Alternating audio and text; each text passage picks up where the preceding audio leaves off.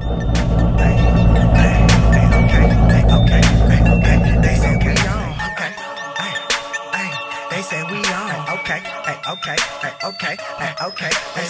on, let's get some green, let's get some drink, let's get it on. Say tonight we gon' get going, Say tonight we gon' get going, Cause right now only family matters. What's up everybody, Jared, RedRacer Video. We are at the Utah Motorsports campus. I called it a complex like 15 times already. The Utah Motorsports campus.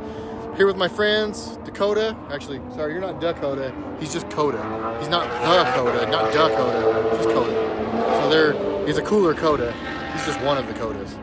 I'm also with my friend Josh at Family Vet on Instagram, if you guys are on Instagram. And another JDP ZL11LE over here. So quite a few JDP cars out here. I've got to earn the second half of my name. If people are going to send me out to do racing, I've got to learn how to race. So that's what we're here doing today. HPDE1.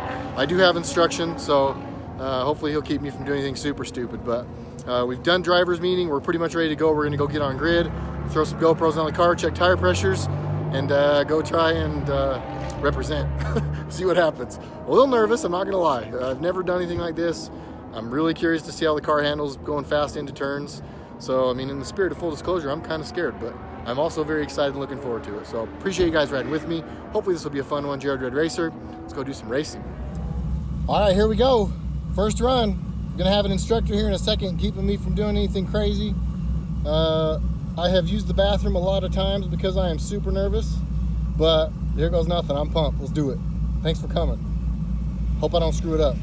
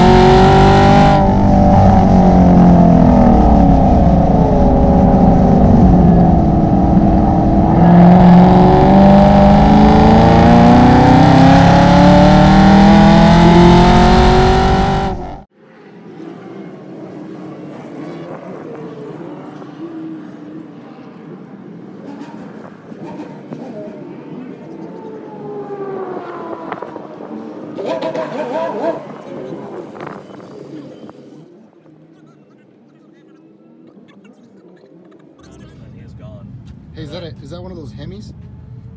Yep, that's that Hemi. 6.9 liter. It's got like 7,000 horsepower. Is that what I heard? Yeah, see this sticker right here? That adds 50 horsepower. I heard that. It's got that special refrigerant. Yep. I put dry ice directly in the motor. So if you guys can't tell, we like boost around here.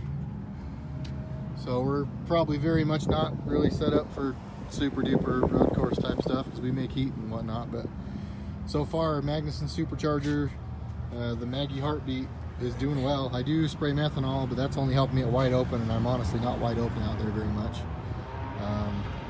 I'm happy. It hasn't gotten super hot. The inlet temperatures were good. My oil temperatures got up around 225 during the racing, but for the most part it seemed okay.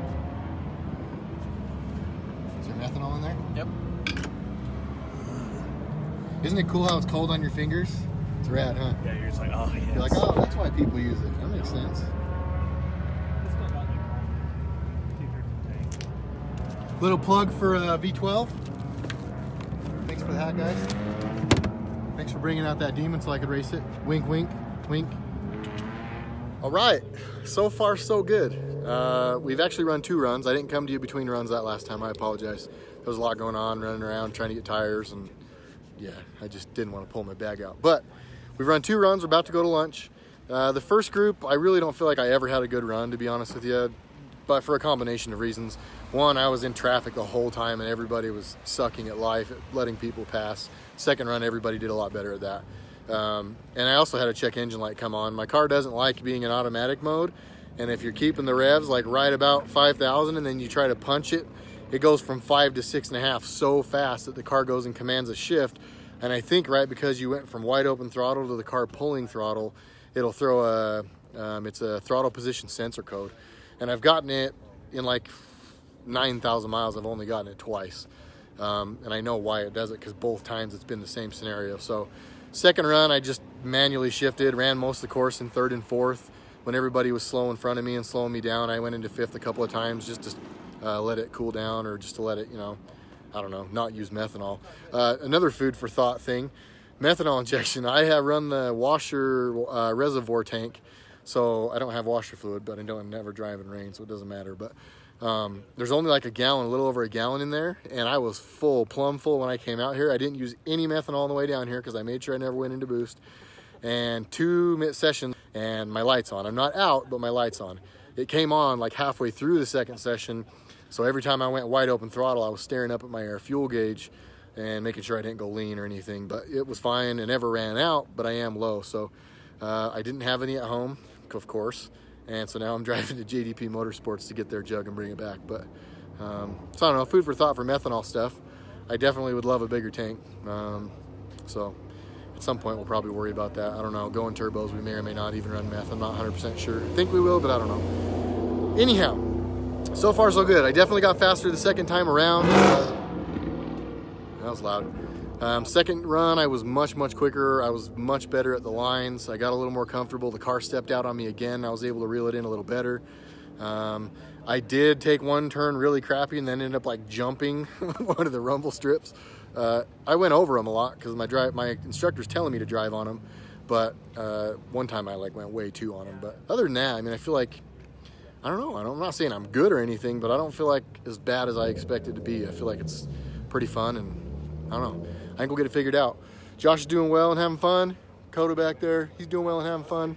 I hope you guys are having fun watching. And we're going to lunch now. I'm driving to Salt Lake for more methanol. We'll come back and get the afternoon session, but thanks for hanging out. We'll do some more soon. All right, I made it all the way back to Salt Lake and all the way back out here to Grantsville in like an hour and 15 minutes with crappy traffic. So we made it. We're back just before our run group. I did just hear that there's a cleanup on the track, so we'll be stalling for a minute. So my speeding all the way here was for nothing, but I'm here, I'm in one piece, and here goes round 3.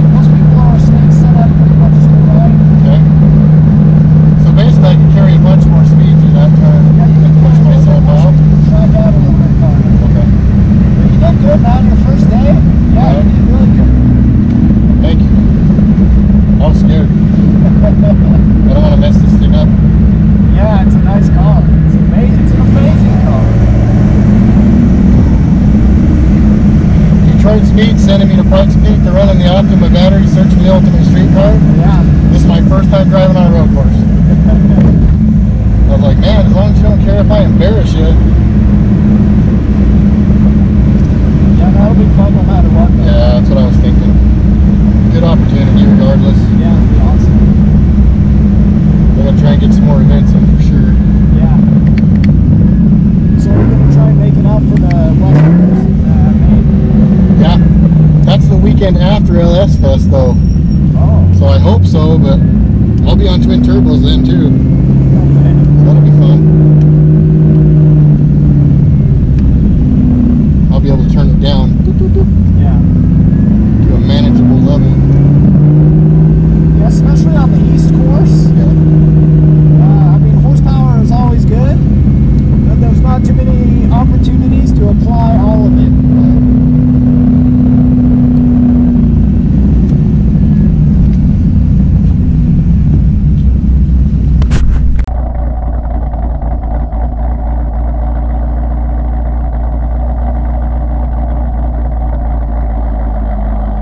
As you probably noticed, I am no longer at a racetrack and I'm wearing a different shirt. By the way, on that subject, thank you, Josh, for my shirt. I love my shirt. My good friend Josh, who was in this video in that Corvette, was at a dealership, or I can't remember where he said he was, but he saw it and he said he thought of me and I had to have it. So very cool. Thank you, buddy. I appreciate that. As you guys noticed, though, I'm not at the track. I'm done.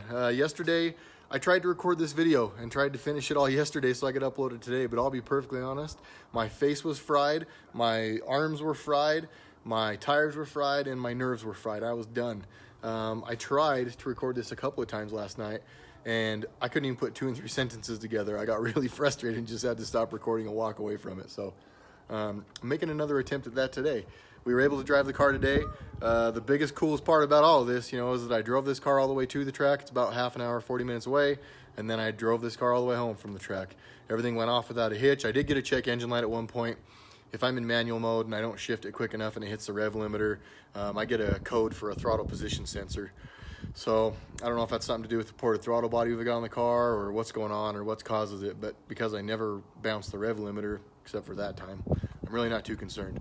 As many of you know, we're changing the setup on the car quite a bit here. We'll be putting the turbos on it and everything will be different anyway. So not really going to worry about it too much. Just going to kind of run with it and let the turbos go on this week. So by way of observations on the car, I've got to get a quick shout out to JDP Motorsports. If you guys don't know who they are, check them out. Also Detroit Speed, who has their double adjustable coilovers on my car, and to BMR Suspension. A lot of you guys, if you're late model GM, you probably have heard of all of those people. But they've all got parts on the car. I've got BMR, almost their whole catalog on the car, adjustable arms, rod ends, no more rubber in the car. I gave up some stuff, I'm not gonna lie, you know, on the street, and I feel like a lot of people try and act like, oh, the car drives perfectly the same. I'm telling you right now, if you put BMR's full catalog on the car, and if you go with like the hardcore racer stuff, the adjustables with the rod ends, and you get rid of all the rubber and all the polyurethane and all that kind of stuff that's in the rear end, and if you change out your rear cradle bushings, and put solid ones into that, and I mean, just if you get rid of all that stuff, and then on top of that, the Detroit Speed double adjustable coilovers, that's their race kit. So the strut mounts on top are now no longer rubber either. So that's even, I mean, I don't want to call it worse, but you get a lot of noise, vibration, and harshness transferring through that car. It's not like terrible. I still love the car, and it performs amazing. It's not like so hard you don't want to drive it. But if anybody tries to tell you that it's like, oh, you won't even notice, it'll just steer better, that's a lie. I'm sorry, that's a lie. We kind of went from like full SS suspension to like full hardcore racer suspension. So again, I don't want to overstate that they're harsh, but they are stiffer than the car was. But it is by far and away worth, I mean, it's just worth it. Totally worth it. For the gains that I had, and for the way this car handled on the track, and the way that I was able to make the car rotate, and just, I was blown away. I really was. Detroit Speed, JDP, and BMR, thank you guys so much. I can't tell you guys thank you enough. The instructor in the passenger seat of my car, on a number of occasions throughout the day, kept telling me, man, this thing is amazing. He was super happy with the power, which obviously is going to be the car. I mean, the car makes a lot of power. I know it's not the fastest Camaro in the world, but 772 and 788 wheel is stout. I mean, the car had to be pointed straight because once that supercharger valve closed, I was gone. I did get a lot better throughout the day modulating throttle and applying throttle coming out of the corners, and I was able to kind of get it to where I knew it was going to jump out, but I was able to be ready and kind of chase it out as I rolled into the throttle. So that was kind of fun to get better at stuff like that and just kind of learn that kind of thing. I was also able to start letting the car push into some turns where the instructor was telling me to let it push into the turns. That honestly was one of the hardest things to learn and to teach myself, is just to let the car kind of get a little out of control, and then, you know, as it's scrubbing off speed just at the right time, then, you know, rotate the car and make it, you know, be ready to point at the next cone or whatever. So the car was amazing. I had a lot of fun. It is hard on tires, man. I've chunked my tires a little bit. They're still good. They got plenty of tread. But, you know, I was on 320 treadwear Continentals out there, and the guys that I was with were on 200 treadwear RE71s, RE71Rs. So, you know, these tires were probably not meant for like hardcore road track use, obviously. But Continental, I got to tell you, these tires were phenomenal. I mean, for a street tire, I was out there running down a lot of people. There was a couple GTRs out there. Neither one of them had anything for me. I mean, truthfully, I don't know if I was ever on a spot on a course where I had to let somebody go by me, other than the time that my check engine light came on and the car went into reduced power mode. But outside of that, I was the one running everybody down and trying to get passes and stuff. So again, I was in HPDE1. I'm not trying to say I'm some kind of expert, because I'm not. But for a scrub, I feel like I was on the upper end of the scrubs. I really do. You know, I feel like it went pretty good. So pretty happy with the way everything went. Again, everybody who's played a part in the car, thank you so, so much. We are going to make some product review videos about all this stuff. I'm kind of holding off on all that stuff. You know, I've got 3 pages of stuff that's on this car, and I'm not saying that to brag or anything. I'm telling you that because there's a lot of content coming. There's going to be a lot of stuff, a lot of good information for late model GM people to follow and to kind of learn from my experiences and maybe see what does and doesn't work. And that all is coming. And the only reason it hasn't come yet, guys, is because we are switching the setup. We're going to turbos next week, or actually this week. It's Sunday now, so this coming week. The car will be going in again. It'll be switching up. So once the car's back on the road in that setup and in that configuration, I'm pretty confident coming to you guys and saying, look, here's my setup. This is what works. Right now, I could probably do the same. My supercharger setup's been great. We've got 10,000 miles on this combination, and the car runs flawlessly. It flies, it turns, it corners, it brakes. I mean, it's amazing. But I'd like to get the twin turbo setup on, and then we'll kind of go from there and just kind of see what things bring. But again, turbos are going in this week. I will have some videos about the turbo process, about the build. We'll try and get some stuff while I'm down there. I got to try and stay out of their way, and I can't be down there every day, but I'll get what I can while I'm there, so you guys can kind of follow along with that, so the channel doesn't go dark while that's happening. I hope you guys enjoyed that. Hopefully this race footage turns out. Honestly, I haven't even looked at my GoPro stuff yet, so I'm assuming that with 3 cameras on the car, some of it's cool, but we'll try and put it together and keep it from being boring, and try and make my car look faster than maybe it was with me behind the wheel. But thanks again, everybody. I can't wait for the next video. I hope you guys are here for it. Subscribe, like, all those YouTube things. Tell your friends. Please keep coming back. Please keep the comments coming. I've had tons of comments recently, and I am loving that. I love going back and forth with people and just kind of exchanging ideas and making new friends, and that's my favorite part of all this. So thank you guys for that. Again, Jared, RedRacer video. I'll catch you in the next one.